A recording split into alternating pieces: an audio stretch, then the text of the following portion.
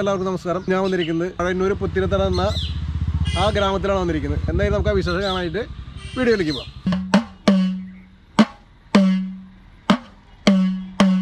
പ്രദീപ്. അതെ, ഇതിന് മുന്നേ നമ്മളെ തിമലയിൽ ഞാൻ എല്ലാവർക്കും പരിചയപ്പെടുത്തിയിട്ടുണ്ട്. ഇപ്പോൾ ഇടയ്ക്കര വിശേഷം കാണിക്കാനാണ് ഇപ്പോൾ പ്രദീപിൻ്റെ അടുത്ത് നിൽക്കുന്നത്. ഇടയ്ക്കര വിശേഷങ്ങൾ എന്തൊക്കെയാണ്? ഇടയ്ക്കയുടെ പ്രത്യേകത എന്താ വെച്ചാൽ ഒരു 100 ഇടയ്ക്ക പണിത് കഴിഞ്ഞ് കഴിഞ്ഞാൽ അതിൽ നമുക്ക് ഒരു 10-20 ഇടയ്ക്ക മാത്രമേ കറക്റ്റ് ശ്രുതി പിടിച്ച് കിട്ടുള്ളൂ. കാരണം ഇടയ്ക്ക് എപ്പോഴും നമുക്ക് അത് അമ്പലച്ചടങ്ങും അതേപോലെ തന്നെ നമുക്ക് പഞ്ചവാദ്യത്തിനും സംഗീതത്തിനും എല്ലാം ഒഴിച്ചുകൂടാൻ പറ്റാത്തൊരു വാദ്യ ഉപകരണം ആയതുകൊണ്ട് നമുക്ക് ഇടയ്ക്ക് പ്രധാന ഘടകം അല്ലെങ്കിൽ പ്രധാന ഇത് തന്നെയുണ്ട്. അപ്പോൾ അതുകൊണ്ട് തന്നെ കൃത്യമായിട്ട് നമുക്ക് ചെയ്താൽ തന്നെ മാത്രമേ അത് സക്സസ് ആവൂ. അപ്പോൾ ആ ഒരു ഇതിൽ നമുക്ക് കുറച്ച് ഇടയ്ക്കകളൊക്കെ ചെയ്യാൻ സാധിച്ചിട്ടുണ്ട്. എന്തായാലും നമുക്ക് ഇത് കാണാൻ വേണ്ടിയിട്ട് നിർമ്മാണ യൂണിറ്റിലേക്ക് പോലെ പഴയ കാലത്തെ കുറ്റിയാണത്. ഇത് ക്ഷേത്ര ചടങ്ങുകൾക്കും അതുപോലെ തന്നെ സോപാന സംഗീതത്തിനൊക്കെ വേണ്ടിയിട്ട് ഉപയോഗിച്ചിട്ടുണ്ടായിരുന്ന കുറ്റികളാണ് പഴയ കാലത്തെ ഈ കുറ്റികൾ. അപ്പോൾ ഇതിൻ്റെ അളവ് എന്ന് പറഞ്ഞു കഴിഞ്ഞാൽ നമുക്ക് അതിന് ഇഞ്ച് കണക്കാക്കുകയാണെങ്കിൽ അത് 5.25 ഇഞ്ചാണ് അതിൻ്റെ ഒരു പുറത്തുനിന്ന് അടുത്ത പുറത്തേക്ക് ഡയോമീറ്ററായിട്ട് പിടിക്കുന്ന സമയത്ത് നമുക്ക് 5.25 ഇഞ്ച് ചെറിയ കുറ്റി. അതുപോലെ തന്നെ അതിൻ്റെ നീളം എന്ന് പറഞ്ഞു കഴിഞ്ഞാൽ നമുക്ക് 9.25 ഇഞ്ച്, മാക്സിമം 9.5 ഇഞ്ച് അത്ര നീളമുള്ള ഇടയ്ക്കുകളെ കണ്ടിട്ടുള്ളൂ. ഇപ്പോഴത്തെ അളവിൽ പുതിയ സമ്പ്രദായത്തിലുള്ള അളവിലുള്ള ഇടയ്ക്ക് കുറ്റിയാണ് ഇത്. അപ്പോൾ ഇത് നമുക്ക് ഒരു പുറത്തുനിന്ന് അടുത്ത പുറത്തേക്ക് ഡയോമീറ്റർ പിടിക്കുമ്പോൾ നമുക്ക് 6.5 ഇഞ്ചാണ് വരുന്നത്. ഇവിടെ ഈ എൻഡിന്ന് ഈ എൻഡിലേക്ക് 6.5 ഇഞ്ച്. 6.5 ഇഞ്ച് പഴയ കാല കുറ്റികളെ അപേക്ഷിച്ച് കുറച്ച് കൂടുതൽ ഉള്ളെടുത്തിരിക്കുന്നത് കനം കൂടുതലുള്ള വട്ടം ഇതിലേക്ക് പിടിക്കാം. അതിന് പ്രത്യേകത എന്താ വെച്ചാൽ നമുക്ക് പഞ്ചവാദ്യത്തിന് ഉപയോഗിക്കുന്ന സമയത്ത് നമുക്ക് കനമുള്ള ശബ്ദം കിട്ടണം. അതിനു വേണ്ടിയിട്ടാണ് ഈ കനമുള്ള വട്ടം പിടിക്കാനുള്ള ആകൃതിയിലുള്ള ഈ രൂപത്തിലുള്ള പണി കൊണ്ടുവന്നിരിക്കുന്നത്. അതുപോലെ തന്നെ ഇതിന് നീളം വന്നിട്ട് നമുക്ക് 9.25 ഒരു നൂലും, അതായത് 10 ഇഞ്ചിന് ഒരു നൂല് കുറവ്. ഇത് ആദ്യകാലങ്ങളിൽ ഇത് നമ്മൾ ഈറമ്പന പട്ട, അതായത് ആനയ്ക്ക് കൊടുക്കുന്ന പട്ടയുടെ അരികിൽ വരുന്ന വള്ളിയാണ് ഉപയോഗിച്ചിട്ടുണ്ടായിരുന്നത്. അതിന് ചെറിയ നാര് പോലെ ഇരിക്കും, ആ ഭാഗമാണ് നനച്ചിട്ട് ഉപയോഗിച്ചിട്ടുണ്ടായിരുന്നത്. കാലക്രമേണ അത് കുതിരയുടെ മുടി ഉപയോഗിച്ചിട്ടുണ്ടായിരുന്നു കുറച്ച് ആളുകൾ. പിന്നെ അതിന് ശേഷം ഇപ്പോൾ നമ്മൾ ഇതിനെ ഈര തങ്കീസ് എന്നൊക്കെ പറയും. ആ ഒരു ഫൈബർ അല്ലെങ്കിൽ പ്ലാസ്റ്റിക്കിൻ്റെ ഇടയ്ക്കിടെ, അതായത് കർണദ്വാരം, ആ കർണദ്വാരം വരുന്നതിൻ്റെ ഓപ്പോസിറ്റ് ഭാഗത്തായിട്ടാണ് നമ്മൾ ഈരച്ചാൽ അടിക്കുക. ഈരച്ചാൽ എന്നാണ് പറയുക ഇതിനെ. ഇത് ഈര കെട്ടാനുള്ള ആ ഒരു സംവിധാനത്തിന് ഹോളിന് നേരെ ആയിരിക്കില്ല, ഹോളിന് ഓപ്പോസിറ്റ് ഭാഗത്തായിരിക്കും വരിക. അപ്പോൾ അത് നമുക്ക് ഈ ഹോള് താഴ്ഭാഗത്തേക്ക് വരുന്ന രൂപത്തിൽ നമ്മൾ കൈ പിടിച്ചിട്ട് കൊട്ടാനുള്ള സാഹചര്യം. ഇതിപ്പോ ഹോള് ഇപ്പൊ ഇതിന്റെ നേരെ താഴെ വന്നു, അപ്പൊ ഈര വരുന്നത് ഇങ്ങനെ കുറുകയാണ്. അങ്ങനെയാണ് ആ രീതി വന്നിരിക്കുന്നത് അല്ലേ? കുറ്റിയിൽ ഇവിടെ നടുവിലൊരു ഹോൾസ് ഇട്ടുണ്ട്. അതിന്റെ ശാസ്ത്രീയ വശം എന്തായാലും അത് ശാസ്ത്രീയ വശം വെച്ചാൽ നമുക്ക് ഇത് അടച്ചിട്ട് നമ്മൾ കൊട്ടുന്ന സമയത്ത് കുറച്ച് നേരം മാത്രമേ നല്ല തുറന്ന ശബ്ദം കിട്ടൂ. അപ്പോൾ ഇത് ഒരു ഹോൾ ഇട്ട് വെച്ചാൽ ചൂടായിട്ടുള്ള ഉള്ളിൽ വായു നിൽക്കുന്നത്, ചൂടായിട്ടുള്ള വായു അത് പുറന്തള്ളാൻ വേണ്ടിയിട്ടാണ്. പ്രദീപിന്റെ കയ്യിലിരിക്കുന്നപ്പോ ഇടയ്ക്കയുടെ വട്ടാണ്. ഈ വളയിൽ നമ്മൾ ഇപ്പോൾ ഒറ്റ വളയിൽ ചെയ്തിട്ടുള്ള തന്നെയാണ്. ഇത് മഹാണിയുടെ തടിയാണ്, അതിലൊറ്റ വളയിൽ. ഇതിൽ ജോയിന്റ് വളയിൽ ചെയ്യാറുണ്ട്, അതുപോലെ തന്നെ അണ്ണാങ്കുടി വളയിൽ. ആദ്യകാലങ്ങളിൽ ഒറ്റ മരമാണ്, ഒരു പലകേന്ന് എടുക്കുന്നതാണ് ഈ ഒരു വളയിൽ. അപ്പോൾ ആദ്യകാലങ്ങളിൽ അണ്ണാങ്കുടി വളയിൽ വളച്ചിട്ടാണ് ഇത് ചെയ്തിട്ടുണ്ടായിരുന്നത്.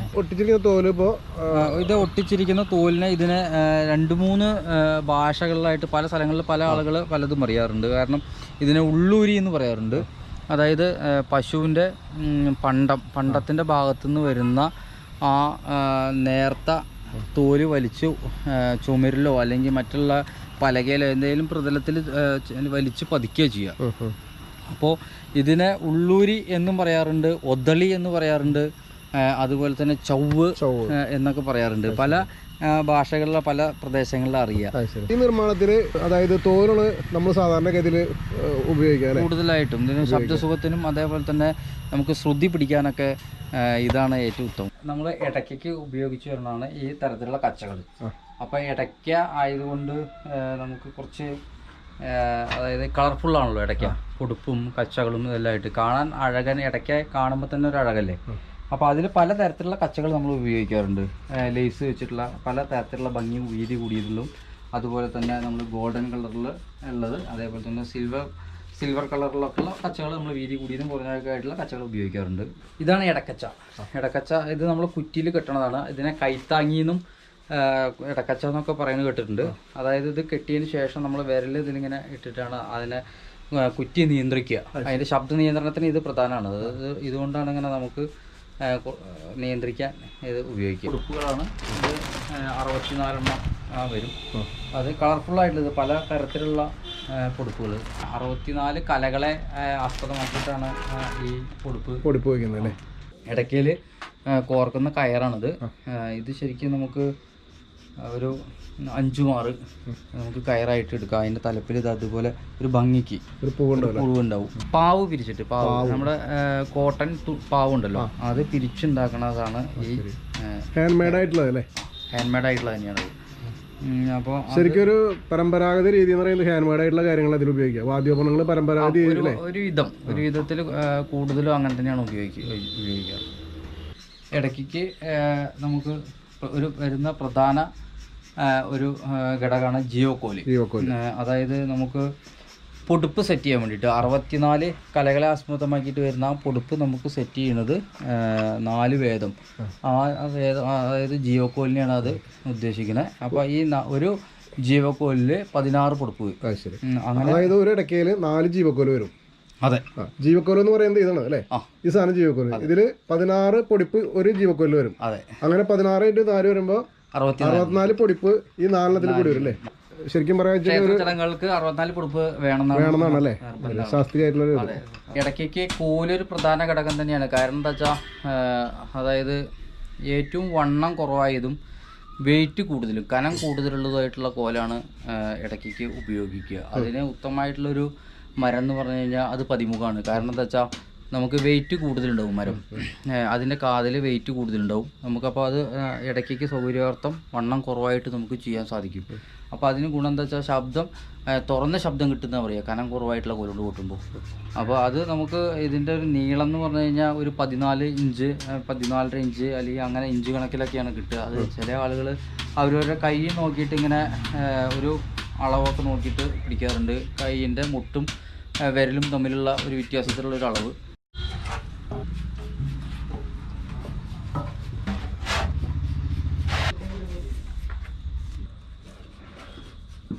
നമ്മൾ ഇടയ്ക്കൊക്കെ ഓർക്കുന്ന രീതി നമ്മൾ ശരിക്കും ഒരു ക്ലോക്ക് ബേസിലാണ് ശരിക്കും ഇത് കോർക്കുക ശരിക്കും. പിന്നെ നമ്മളത് ആ കെട്ടിടുന്നത് പവിത്ര കെട്ടിടാറുണ്ട്. പല ആളുകൾ പല രൂപത്തിൽ ചെയ്യാറുണ്ട് ഇത് കെട്ട് മുറുക്കാൻ വേണ്ടിയിട്ട്. ഞാൻ ഉപയോഗിക്കുന്നത് അങ്ങനെ ഒരു കെട്ടാണ്. ഇതിങ്ങനെ ടൈറ്റാക്കി കഴിഞ്ഞ് കഴിഞ്ഞാൽ പിന്നെ അത് പൂലിയ നമുക്ക് കെട്ട് അവിടുന്ന് ആ മുറുക്കം പോവാത്ത രൂപത്തിൽ ചെയ്യാവുന്നതാണ്.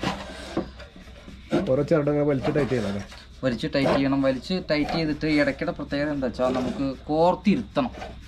കോർത്തിരുത്തുക എന്താ പറയുക, അതായത് നമുക്ക് ടൈറ്റ് ചെണ്ട കോർക്കുന്ന അതേപോലെ തന്നെയാണ് നമ്മൾ ഇടയ്ക്ക കോർക്കുക.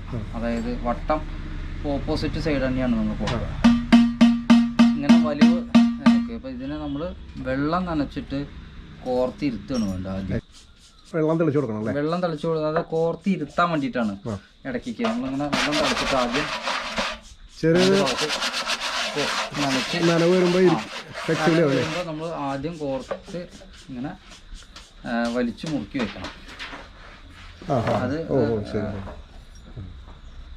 കാരണം ഇടയ്ക്ക നമുക്ക് ഇങ്ങനെ ഇവിടെ ടൈറ്റ് ചെയ്യുന്നതോറും ഇവിടെ സെന്ററിൽ ടൈറ്റ് ചെയ്യുമ്പോൾ ഇവിടെ ഇരിക്കും അല്ലേ. അടിയിലേക്ക് വട്ട ഇരിക്കും അല്ലേ. അടിയിലേക്ക് വട്ട ഇരിക്കും. അങ്ങനെ ഇരിക്കണം, അല്ലെങ്കിൽ ഈ വളയില് കോല് കൊള്ളും. അതുപോലെ തന്നെ നമുക്ക് ശബ്ദങ്ങള്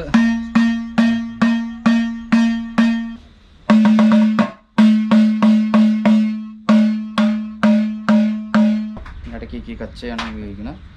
അപ്പോൾ കച്ച കെട്ടുന്നത് തന്നെ നമ്മൾ പല ആളുകൾ പല രൂപത്തിൽ കെട്ടാറുണ്ട്.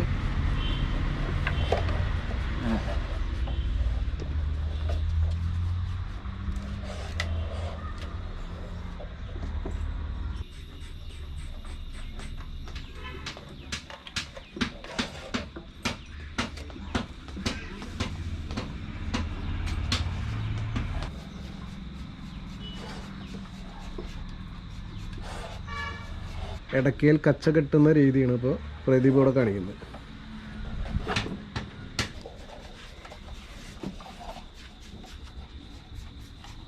അപ്പോൾ അതിൻ്റെ ലെങ്ത്ത് കറക്റ്റ് ചെയ്ത് തോളിൽ തൂക്കിയിടാവുന്നൊരു സൈസിലേക്ക് ആക്കിയിട്ടുണ്ടല്ലേ ഹൈറ്റ്.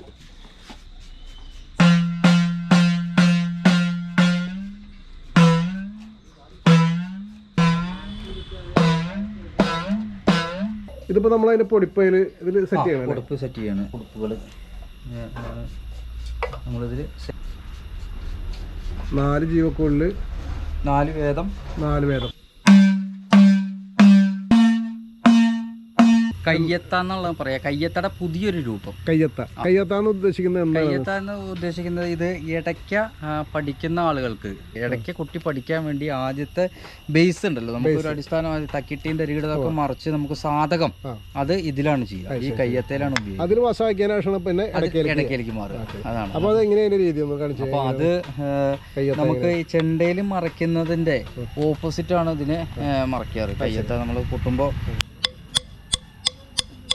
തക്കിട്ട തക്കിട്ട തക്കിട്ട തക്കിട്ട.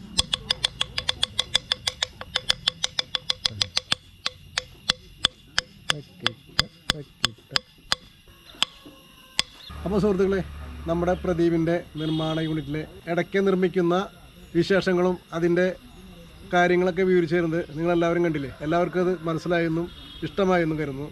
അപ്പോൾ ഞാൻ പ്രദീപിൻ്റെ നമ്പർ വീഡിയോയിൽ താഴെ കൊടുക്കുന്നുണ്ട്. നിങ്ങൾക്ക് ഏതെങ്കിലും തരത്തിൽ ഇടയ്ക്ക് ആവശ്യമായി വന്നു കഴിഞ്ഞാൽ ആളെ സമീപിച്ചു കഴിഞ്ഞാൽ ആൾ നിങ്ങൾക്ക് എത്തിച്ചു കൊടുക്കുന്നതാണ്. അത് കൊറിയറായിട്ട് കൊടുക്കുമല്ലേ, സംഭവം എത്തിച്ചു കൊടുക്കാം അല്ലേ.